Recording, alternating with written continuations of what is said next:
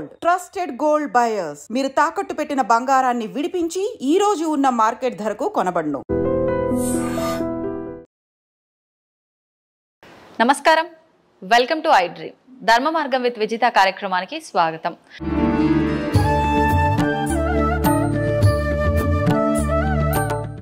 నమస్కారం అండి. నమస్తే అమ్మా. అన్నం పరబ్రహ్మ స్వరూపం అంటారు. నిజంగా భోజనం చేసే విధానం చూస్తే ఒకప్పటి కాలానికి ఇప్పటి కాలానికి చాలా వ్యత్యాసం ఉందనే చెప్పాలి. ఆహారం వండుకునే దగ్గర నుంచి ఆ తిన్న విస్తరాకు తీసివేసే వరకు కూడా ప్రతిదీ ఒక నియమంగానే చేసేవారు పెద్దవాళ్ళు. ఇప్పుడు అదంతా కూడా కనుమరుగైపోయిందండి. నిజంగా వండే దగ్గర నుంచి మనం లాస్ట్ వరకు కూడా ఎటువంటి నియమాలు పాటిస్తూ ఉంటే మనం నిజంగా ఆ అన్నానికి గౌరవించినట్టు అవుతుంది, అన్నపూర్ణాదేవిని మనం గౌరవించినట్టుగా అవుతుంది. వెరీ గుడ్, చాలా మంచి ప్రశ్న అమ్మా. ఈ రోజుల్లో చాలామందికి మేము ముందు పిల్లల్నే తీసుకుందాం అమ్మా. అలాగే అండి, ఎందుకంటే పిల్లల దగ్గర నుంచే మనకి ఇది మారాలి. అవునండి. చిన్నపిల్లలు మా అబ్బాయి చదవట్లేదండి, మా అబ్బాయి విపరీతమైన అల్లరండి అని చాలామంది అడుగుతూ ఉంటారు. అంటే అర్చకస్వామిగా ఉన్నాను కాబట్టి ఎంతోమంది పిల్లలకి సంబంధించి బోల్డన్ని పరిహారాలు నన్ను అడుగుతారు. ఇదంతా ఎక్కడ మొదలవుతుందంటేనమ్మా, మనం పిల్లల్ని పెంచే విధానం సరే ఓకే, కానీ వాళ్ళకి టిఫిను భోజనము అంటాం కదా, అక్కడ మొదలవుతుంది. చాలామంది ఇళ్లల్లో నేను స్వంతంగా చూశాను, పిల్లవాడికి బాక్స్ కట్టినప్పుడు ఆవిడ పరిస్థితి పాపం చేసి ఉంటుంది, నేను వాళ్ళని తప్పు పట్టట్లా, కానీ కొంచెం కష్టపడాలి. ఎందుకు, మన పిల్లాడి యొక్క భవిష్యత్తు బాగుండాలని కోరుకుంటాం కదా. అందుకని ఆవిడ ఏం చేయాలంటే ముందుగానే స్నానం చేశారు. అమ్మ వండక ముందు స్నానం చేసుకోవాలి.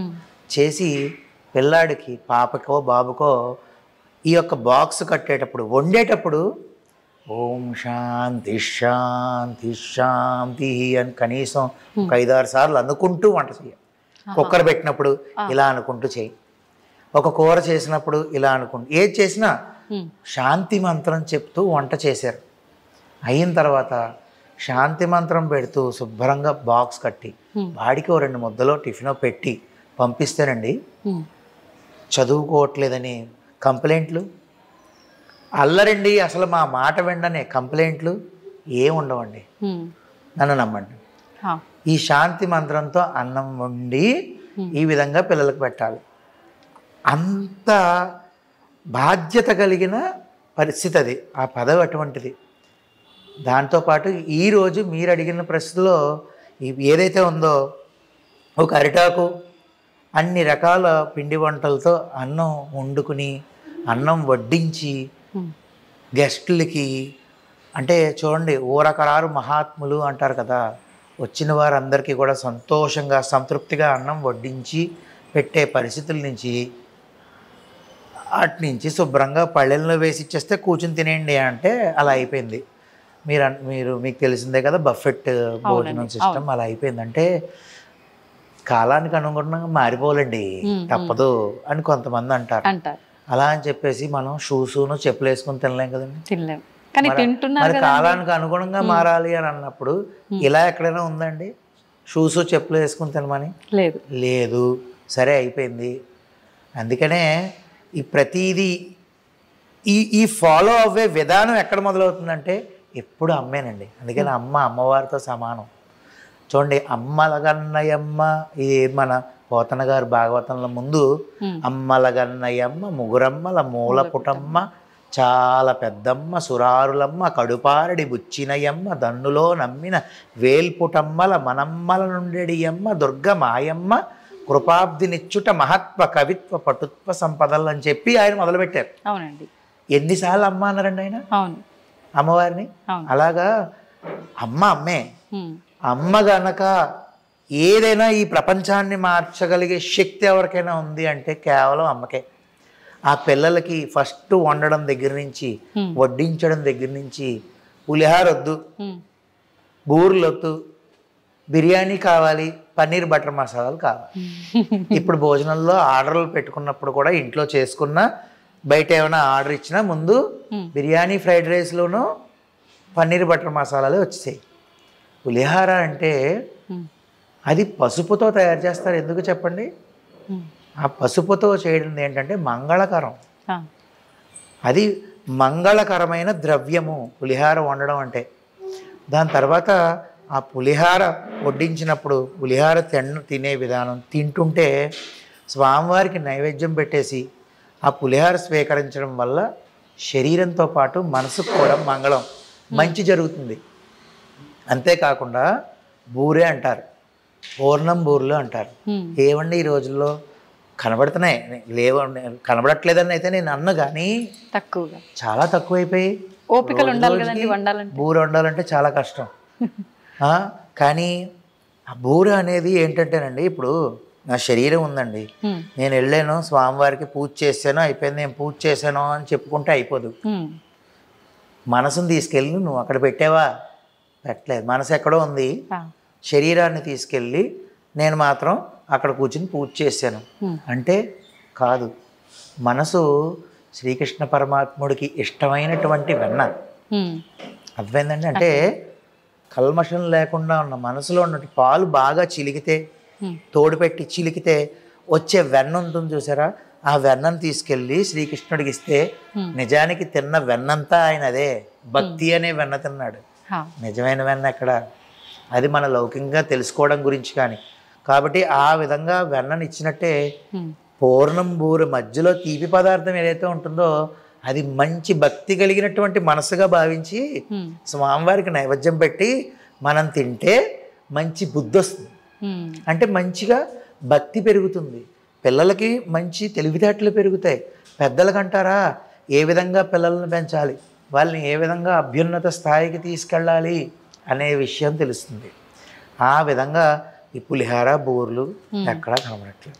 కాబట్టి మీరు అడిగారు కాబట్టి సందర్భం, అరిటాకులో తినడం వల్ల మీకు తెలియదేం కాదే. చూడండి, వేడివేడిగా అన్నం వడ్డించుకుందంటే ఆకు ఎంత నల్లగా అయిపోతుంది, వడిలిపోతుంది. దాంట్లో ఉన్న ఔషధ గుణాలు, శక్తి అంతా అన్నంలోకి వస్తుంది. అది మనం తింటే ఎటువంటి అనారోగ్యం రాదు కదండి. మనం తినేదంతా ఇప్పుడు ఈ ప్లాస్టిక్ ప్లేట్లు వీటి వల్ల ఏంటంటే కనబడనంత అనారోగ్య పాలవ్వడం, ప్రతి ఒక్కళ్ళు చిన్నప్పటి నుంచే ఇబ్బందులు పడడం. కేవలం మీరు తినే ఆహార పదార్థంలో కూడా చాలా చాలా మెయిన్ అదే. మెయిన్ ఆహార పదార్థంలోనే ఇబ్బందికరం మొదలవుతుంది. బర్గర్లు, పిజ్జాలు సంతోషమేనమ్మా. పిల్లాడు సినిమాల్లోనో లేదంటే ఫ్రెండ్స్ దగ్గర చూశాడు, సెల్ ఫోన్లో చూశాడు, ఒక్కసారి వాడిని అభిమానిస్తాం, ప్రేమిస్తాం. కాదని లేకపోతే తప్పదు, ఒక్కసారమ్మా. అంతేగాని నేనైతే మా వాళ్ళకి కొను. అంటే అది తిన్న దగ్గర నుంచి చూసారా, లోపల ఉన్న హైడ్రోక్లోరిక్ యాసిడ్ విన్నాను నేను, అందులో వేస్తే అసలు డైజెషనే అవ్వట్లేదు ఆ బర్గర్. అలాగా అదేమవుతుందంటే చిన్నప్పటి నుంచే ఆర్గాన్స్ మీద ఒత్తిడి పడిపోయి తొందరగా ఆర్గాన్స్ చెడిపోయాం. దానివల్ల ఎదుగుదల శక్తి ఉండకపోవడం. మన అన్నము పప్పు, మనకి ఏ ఆహార అలవాట్లు ఉంటాయో నిత్య ఆహార అలవాట్లు, ఎవరెవరు అలవాట్లు వారి ప్రకారం వెళ్ళడమే ఎప్పుడు.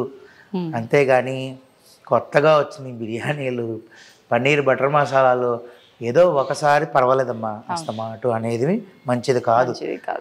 నా కోరిక అయితే పిల్లలకి నేను చెప్పిన విధంగా తల్లులందరూ కూడా ఈ విధంగా శాంతి మంత్రాలతో శుభ్రంగా ముందుగా స్నానం చేసి శుచిగా అన్నం వండి వారికి పెట్టి చూడండి, పిల్లలు ఎంత దర్జాగా తయారవుతారో.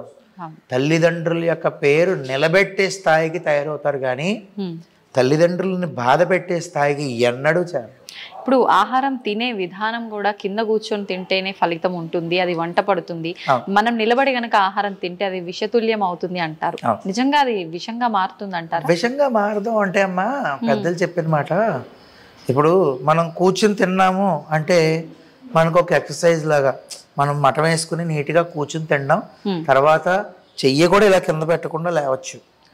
రోజు కూర్చొని చేసుకుని బట్టి ఉంటుంది. అవునండి. తొందరగా తినేస్తే తొందరగా తినేసేయాలి, పని ఉంది అనుకుని మనం వెళ్ళినప్పుడు అది విషంగా మారడం అనేది ఒక ఉదాహరణ.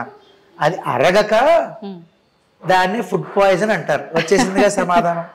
సరైన అరుగుదల శక్తి పాడైపోయి టైంకి మంచిలు తాక ఒక చేత్తో ఈ పళ్ళెం పట్టుకుని ఒక చేత్తోనేమో ఇలాగ గ్లాస్తో నీళ్లు పట్టుకుని అన్నం తినడం మొదలు పెట్టామంటే వాస్తవానికమ్మా తినే ముందు అరగంట ముందు ఒక అర గ్లాసు మంచినీళ్ళు తాగాలి.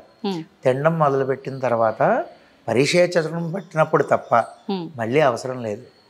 అలా తినగలగాలి. తర్వాత తిన్న తర్వాత 45 నిమిషాలు గంట తర్వాత మంచినీళ్ళు తాగితే ఆ డైజెషన్ పవర్ మంచి శక్తిని ఇస్తుంది మనకి. అప్పుడు ఏ రోగమైనా శరీరంలో నకశిక పర్యంతం అంటే కింద నుంచి పై వరకు ఏ యొక్క రోగమైనా ఏ డిసీజ్ రావాలన్నా దానికి మూల కారణం కడుపే.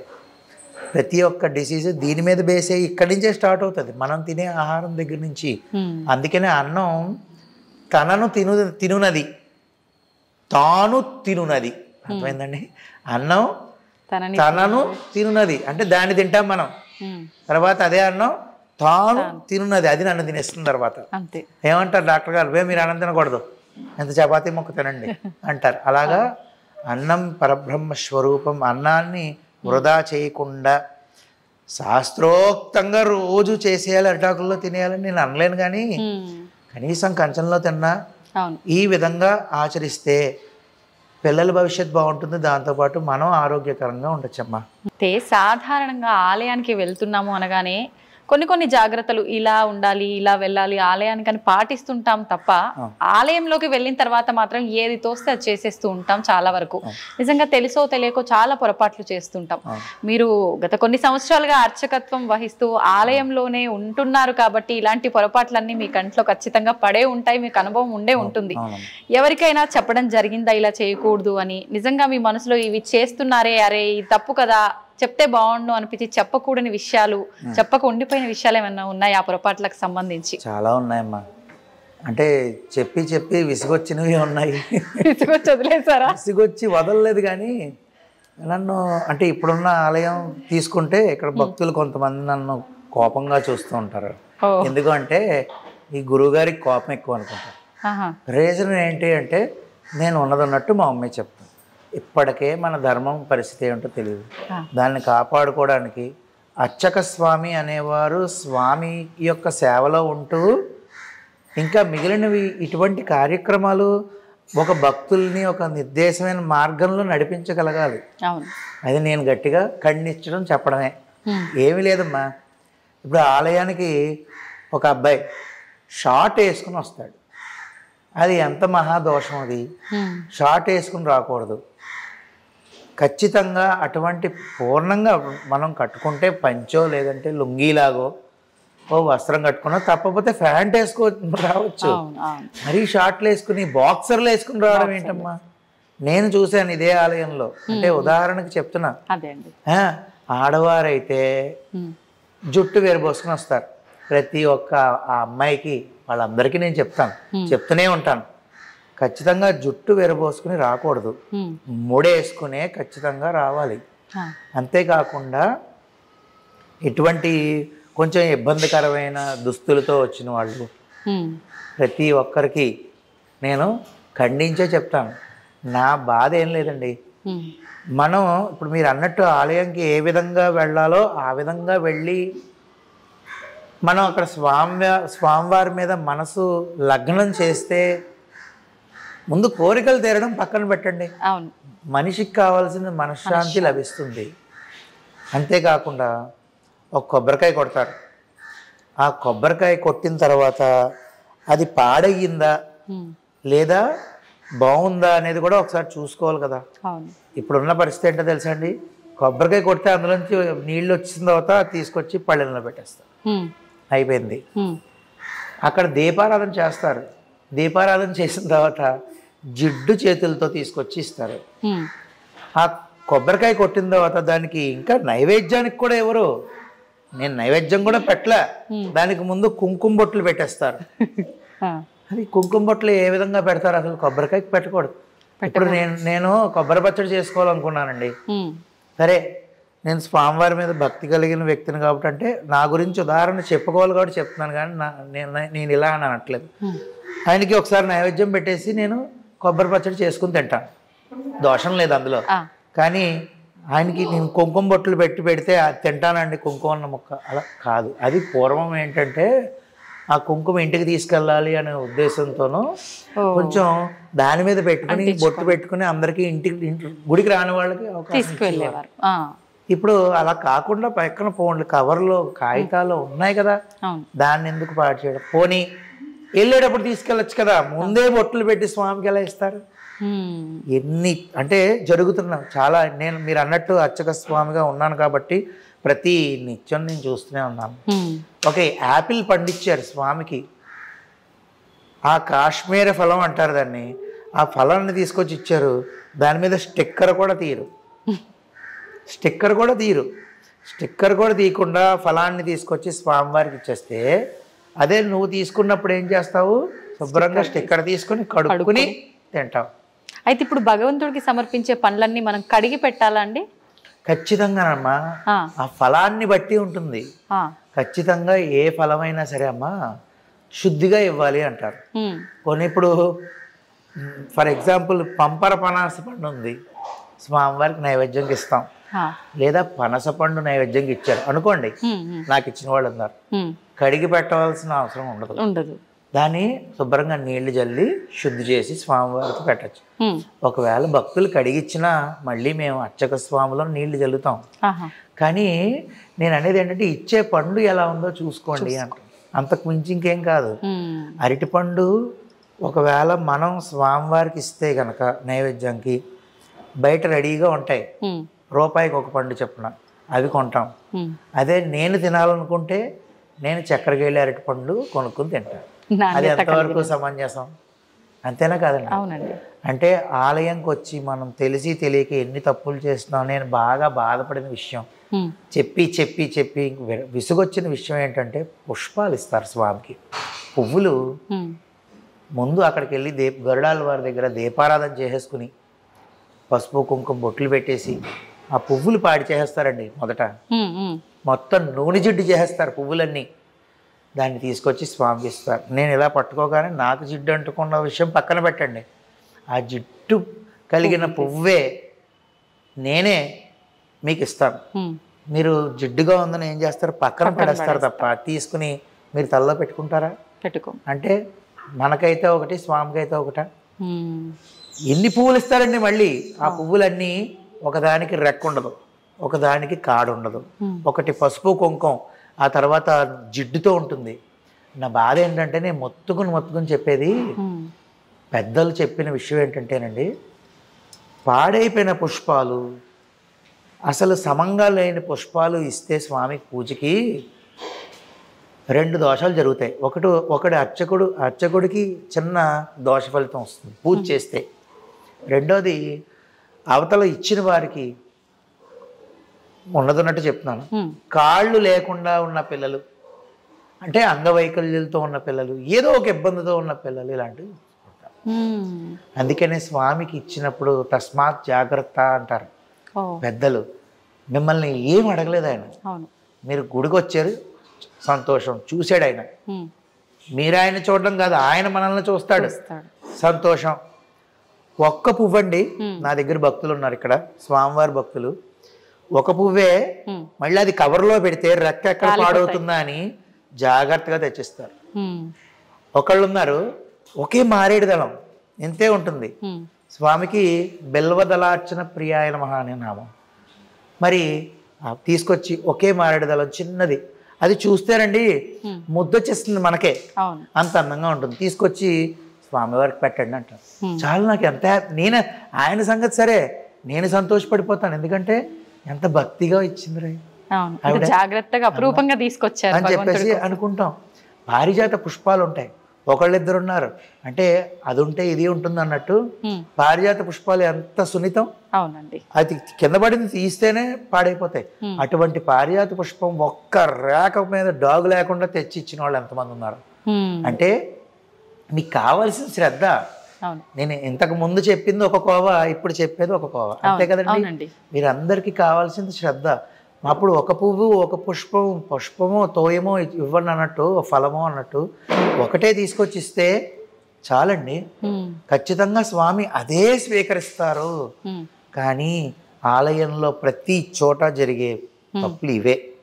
అర్చక స్వాములు అందరూ కూడా చెప్తూనే ఉంటారండి, ఎక్కడా కూడా మాట వినేది లేదు. జిడ్డైపోయి రెక్కలు ఊడిపోయిన పువ్వులు. కొబ్బరికాయ విషయంలో చెప్పాను, పళ్ళ విషయంలో చెప్తున్నాను. ఇవన్నీ ఉంటే ఎక్కడ భక్తి శ్రద్ధలు పెరిగిపోయి ఏ కోరికలు తీరిపోతాయండి?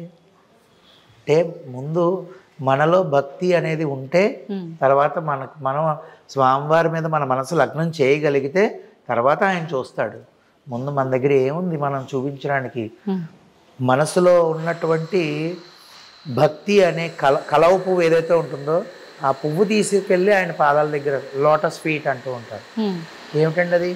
అంటే మన మనసులో ఉన్న భక్తి అనే పువ్వుని, కమల పువ్వుని తీసుకెళ్ళి స్వామి దగ్గర అర్పిస్తే అదే ఆయనకి కావాలి.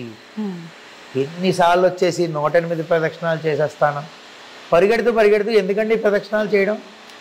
ఈ ప్రదక్షిణలు చేసే విధానం కూడా నామస్మరణ లేకుండానే మీరు అన్నట్టుగా పరిగెత్తుతూ హడావిడిగా తిరిగి వాళ్ళ పని అయిపోయింది, వేరే పని ఉంది అని హడావిడిగా వెళ్ళిపోతారు.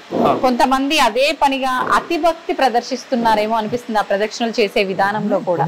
ఎలా ఉండాలండి అసలు నిజంగా? అంటే ప్రదక్షిణం అంటే ప్ర ధ షి నా అని 4 ప్ర అంటే మనం వేసే ప్రతి అడుగుకి మన కర్మలు నశించిపోతూ ఉంటాయి. అలాగా పాపక్షయం ఏదైతే ఉంటుందో ఆ క్షయం అంటే పాపాలన్నీ క్షయం అయిపోతాయి. ఆ తర్వాత ప్రదక్షిణం వల్ల ఆఖరిలో మోక్షాన్ని పొందుతాం. ఈ ప్రదక్షిణం అనేది చేస్తూ ఉండడం వల్ల దానికి చాలా అర్థం ఉంది. మనం అడుగులో అడుగేసుకుంటూ నెమ్మదిగా చేయాల్సిన పని లేదు, కానీ ఆచితూచి అడుగేయాలి ప్రదక్షిణ అనేది. ఫాస్ట్గా పరిగెత్తేస్తే ఉపయోగం ఏముంది చెప్పండి? అంటే చేసేనని పేరుకి తప్ప ఉపయోగం లేదు. అది కైంకర్యం కింద రాదు. ప్రదక్షిణం అనేది నెమ్మదిగా చేసుకోవాలి. భగవన్నామ స్మరణతోనే ఉండాలి. మాట్లాడుకుంటూ కబుర్లు చెప్పుకుంటూ ప్రదక్షిణం చేస్తే పచ్చేది. నీకు సమయం అయిపోతున్నదా?